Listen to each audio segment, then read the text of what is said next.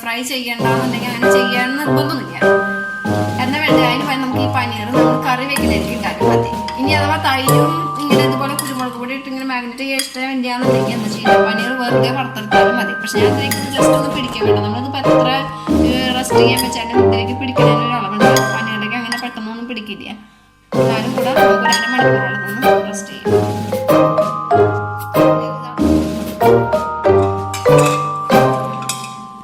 നമുക്കിനി ഈ നേരം കൊണ്ട് നമുക്ക് ഈ സ്പൈസസ്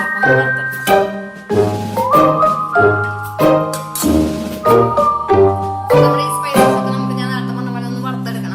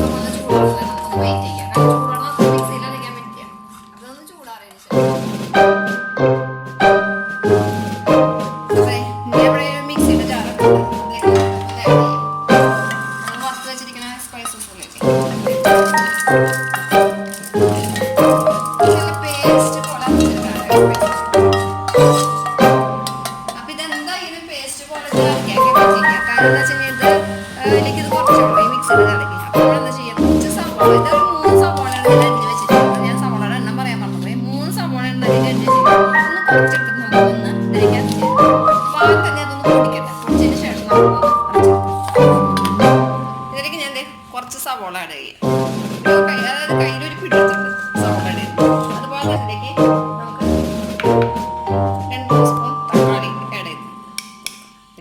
ഒരു 4 കഷ്ണം ഒരു തുള്ളി ഒരു കുറച്ച് വെള്ളം ഒഴിച്ചിട്ട് നമുക്കൊന്ന് പേസ്റ്റ് അരച്ചു. അപ്പോൾ നമ്മളിത് നല്ല പേസ്റ്റ് പോലെ ഞാൻ പരച്ചു വന്നിട്ടുണ്ട്. ഇനി നമുക്ക് എന്താ ചെയ്യേണ്ടത്? ഇനി നമുക്ക് ഒരു പാൻ വെച്ചിട്ട് നമുക്ക് പനീർ വറുത്തെടുക്കാം. അപ്പോൾ ഞാൻ ഇവിടെ ഒരു പാൻ അടുപ്പത്ത് വെച്ചിട്ടുണ്ടായിരുന്നു. ചൂടായിട്ട് നമുക്ക് ഇതിലേക്ക് ആവശ്യത്തിന് നെയ്യ് ഒഴിച്ചു. അതായത് ഈ പനീർ വറുക്കാതെ വറുത്തെടുക്കാൻ വേണ്ടി നെയ്യ് ഒഴിച്ചു.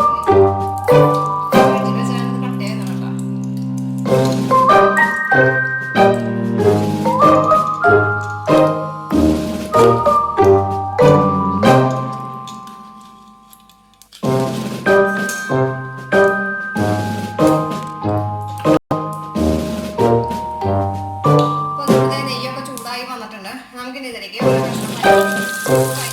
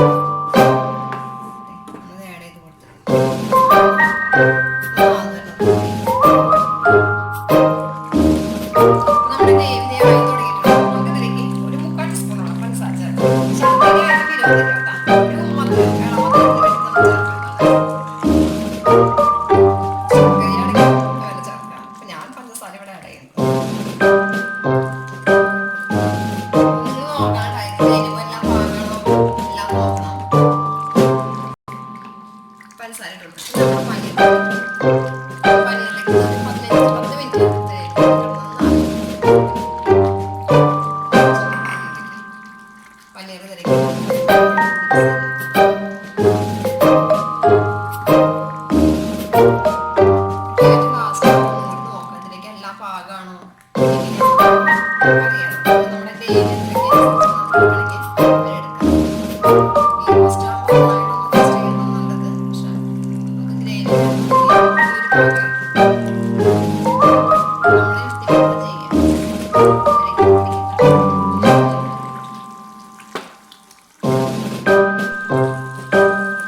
ഗ്രേവി പനീർ ഗീ റോസ്റ്റ് ഇവിടെ റെഡി ആയിട്ടുണ്ട്. നമുക്കൊരു സർവീസ് ഡിഷിലേക്ക് മാറ്റാം.